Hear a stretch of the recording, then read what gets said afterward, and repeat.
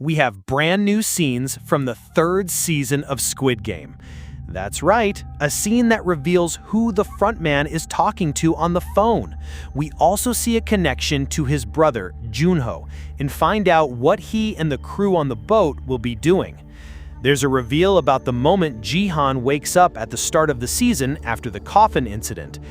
And, of course, more revelations from the actor who plays the frontman, including the very first clue about a global leader, a possible superior to him, and even the frontman playing a game this season, which might hint at a final showdown against Gi-hun. Man, there's a lot to unpack, so we're going to explain everything. Alright, here's the deal. We have the teaser ready, or rather, the sneak peek. These were officially released by Netflix, but during interviews. This specific one is from the first episode, right at the beginning of the season, and was shown during an interview with the actress who plays Player 149, Jang-ja, and the actor for Player 120. Look, you can see the blurry, hazy vision because this is from Gi-hun's perspective as he's waking up, and you see the others thanking God he's alive, and it stops there. This scene is clearly from the first episode of the season, right after they deliver the coffin from the rebellion in Season 2. The people in the dormitory are waiting, and when they open it, they find Gi-hun. At first, they'll think he's dead, but then they'll realize he's alive as he starts to move and open his eyes. You can see Player 149 is especially concerned, along with the small group around them, Player 007 and her son, the pregnant woman, and Player 120 on the left. What this tells us is that, at least for now, they aren't against him. They haven't been manipulated into turning on Gi-hun yet. What happens next is likely the scene that IGN released, where Gi-hun gets up, furious, and questions the others, "Why did you kill everyone else?" Then the guards grab and restrain him, taking him to be tied to a bed before the voting begins. That's more or less how it should play out. But here's the thing. The main point of this video isn't just that scene, but the next one that was released, which is much more revealing. This one was shown on The Tonight Show starring Jimmy Fallon, featuring the actor who plays the frontman. There were a lot of cool questions and a very interesting segment where the frontman actor had to answer questions with yes, a circle, or no, an X button. It revealed a lot. But first, I want to talk about this clip, which is likely the continuation of what I just described. This sneak peek starts right after Gi-hun is taken by the soldiers to be restrained. It's the exact moment the frontman's phone rings. The camera focuses on the frontman, watching this all unfold. Remember, this part was also in the IGN sneak peek, but what comes next wasn't. The IGN clip ended when the phone started ringing. Here, we see him answer it. And as he answers, we're about to see that my theory, and the theory of many other fans, was correct. The most likely scenario I mentioned in previous videos was that the call was related to the people on the boat, and that's exactly right. He's speaking with Captain Park, the guy he hired to watch his brother and prevent him from finding the island. He answers, and we immediately hear Captain Park's voice. 일단 항구로 다시 돌아왔습니다. 드론 기사 새로 구해가지고 다시 나갈 계획입니다. This gives us more details on Jun-ho's storyline. We see Captain Park, who we learned last season is an infiltrator. He's speaking secretly with the frontman, revealing that they had to return to port because they need a new drone operator.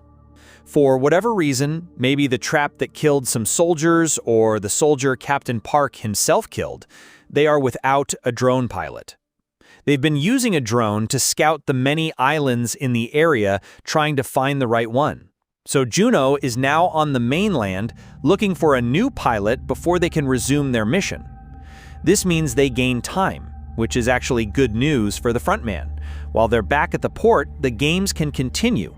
This allows time for the fourth game, the knife and key game with the colored vests, to happen without Jun-ho interfering. That's already an important piece of information, but there's more. The frontman tells Captain Park, 드론 기사 새로 구해가지고 다시 나갈 계획입니다. 게임이 끝날 때까진 절대로 이성을 찾게 해서는 안 돼. 알겠습니다. What this means is, if the games end and then they find the island, it's fine. There won't be any proof of ongoing events. But they can't find it while the games are active. With the time it takes to find a new drone pilot and return, they can probably get through at least one more game, meaning more people will die. But I'd say by the time they get to the jump rope game, Jun-ho will be back on the boat with a new pilot trying to continue the search, and Captain Park will have to keep making up excuses to mislead them, which is likely when he'll be discovered. As he runs out of arguments, the crew will get suspicious and things will turn ugly. And I have more to say about that phone call. This sneak peek doesn't show the moment from another teaser where the frontman says, "Kill them all." It's clearly from the same call. He's wearing the same clothes, his hair is the same, he's in the same position. So the conversation continues. I believe that after this, Captain Park must ask him, what if things get complicated? What if I can't find a solution? And that's when the frontman replies, "Kill them all." What happens from there?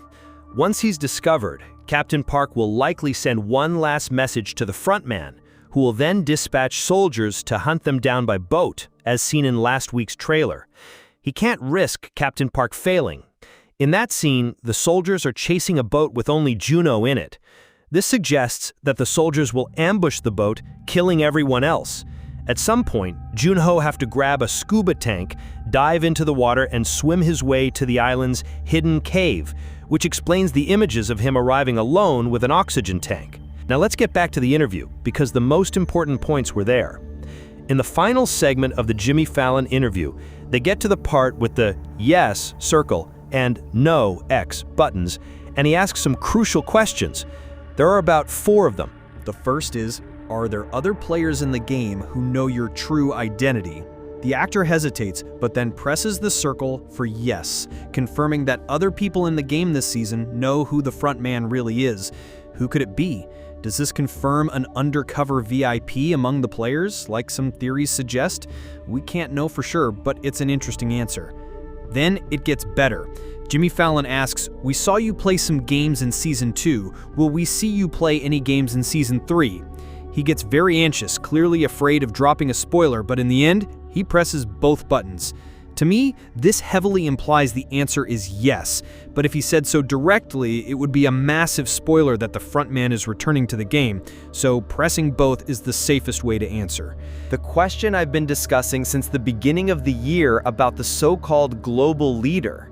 There were rumors of a leader above the frontman, someone running the games worldwide. The trailers haven't shown any hint of this, which makes sense. They'd want to keep that a surprise. So, Jimmy Fallon asks, is there another leader superior to the frontman? He thinks, hesitates, and hits both buttons again. It's so obvious that this is another huge spoiler he can't confirm. The answer is almost certainly yes. Then another question. We know there are new games, but will any of the old games we've seen return this season? He pretends to use both hands, but ends up pressing both buttons with one. Again, he's dodging a direct answer. It's very likely a spoiler. And when we get to the last question, it's very interesting. Jimmy Fallon asks, is it possible that we could see a spin-off series based on the frontman's story after Squid Game ends? This time, after dodging so many questions, he confidently presses yes. The actor believes a spin-off is very possible, though he clarifies he can't confirm anything officially. Make sure to subscribe so you don't miss it. More teasers, more stuff is coming. Leave a like, subscribe, and stay tuned. There's a lot more coming.